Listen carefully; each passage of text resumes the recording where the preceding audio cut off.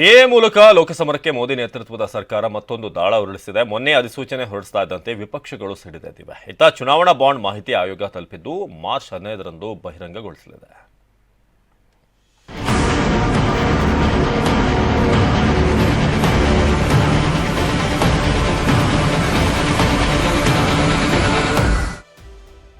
CAA ಜಾರಿ ಮೂಲಕ ಮತ್ತೊಂದು ಸುತ್ತಿನ ಸಂಘರ್ಷ.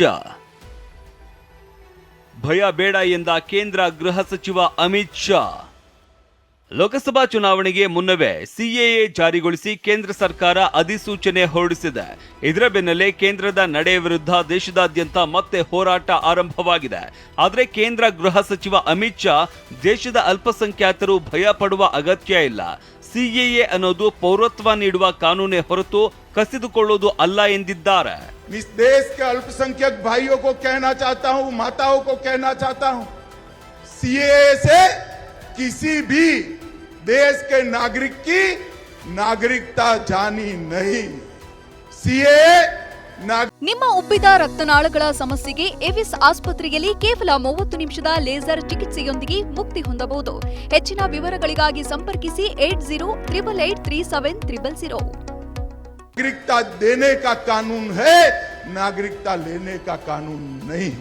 ಸಿಎಎ ಜಾರಿ ಮಾಡಿರೋದಕ್ಕೆ ತಿರುಗೇಟು ಕೊಟ್ಟಿರುವ ಸಿಎಂ ಸಿದ್ದರಾಮಯ್ಯ ಇದು ಬಿಜೆಪಿಯ ಹಿಡನ್ ಅಜೆಂಡಾ ಅಂತ ಗುಡುಗಿದ್ದಾರೆ. ಚುನಾವಣೆಗೋಸ್ಕರ ಮಾಡಿದ್ದಾರೆ ಅವರು, ಮುಸ್ಲಿಂ ಗಡಿ ಹಾಕಿದ್ದಾರೆ. ಚುನಾವಣೆ ಬಂದಲ್ಲಿ ಯಾಕೆ ಮಾಡಿದ್ದಾರೆ?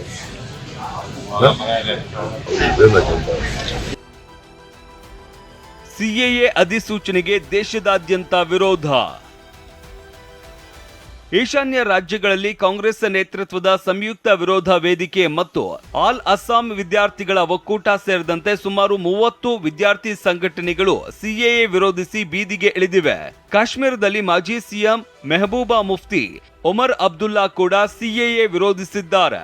ಕೇಂದ್ರ ಸಿಎಎ ಮೂಲಕ ಮುಸ್ಲಿಮರಿಗೆ ರಂಜಾನ್ ಗಿಫ್ಟ್ ಕೊಟ್ಟಿದೆ ಅಂತ ಒಮರ್ ಅಬ್ದುಲ್ಲಾ ವ್ಯಂಗ್ಯವಾಡಿದ್ದಾರೆ. ಇತ್ತ Kerala CM Pinarayi Vijayan, Tamil Nadu CM Stalin CAA ಜಾರಿಗೆ ಅವಕಾಶ ಕಲ್ಪಿಸಲ್ಲ ಎಂದಿದ್ದಾರೆ. ಜೊತೆಗೆ ನಟರಾದ ಕಮಲ್ ಹಾಸನ್, ವಿಜಯ್ ಕೂಡ ಪ್ರತಿರೋಧ ವ್ಯಕ್ತಪಡಿಸಿದ್ದಾರೆ. ಸುಪ್ರೀಂ ಗಡುವು ಚುನಾವಣಾ ಬಾಂಡ್ ವಿವರ ಸಲ್ಲಿಸಿದ ಎಸ್ಬಿಐ. ಚುನಾವಣಾ ಬಾಂಡ್ ಖರೀದಿಸಿದವರ ಮಾಹಿತಿ ನೀಡುವುದಕ್ಕೆ ಎಸ್ಬಿಐ ಹಿಂದೇಟು ಹಾಕಿತ್ತು. ಇದೀಗ ಸುಪ್ರೀಂ ಕೋರ್ಟ್ ಖಡಕ್ ವಾರ್ನಿಂಗಿಗೆ ಎಸ್ಬಿಐ ಎಲ್ಲಾ ಮಾಹಿತಿಯನ್ನ ಚುನಾವಣಾ ಆಯೋಗಕ್ಕೆ ಸಲ್ಲಿಸಿದೆ. ಮಾರ್ಚ್ 15ರ ಒಳಗೆ ಈ ಬಾಂಡ್ ಖರೀದಿಸಿದವರ ವಿವರ, ಮೊತ್ತದ ಕುರಿತ ಮಾಹಿತಿಯನ್ನ ಬಹಿರಂಗಪಡಿಸೋದಕ್ಕೆ ಸುಪ್ರೀಂ ಸೂಚಿಸಿದೆ. ಇದೀಗ ಬಾಂಡ್ ಮೂಲಕ ದೇಣಿಗೆ ನೀಡಿದವರ ಎದೆಯಲ್ಲಿ ನಡುಕ ಶುರುವಾಗಿದೆ. ಹರೀಶ್, ಟಿವಿ9 ನವದೆಹಲಿ.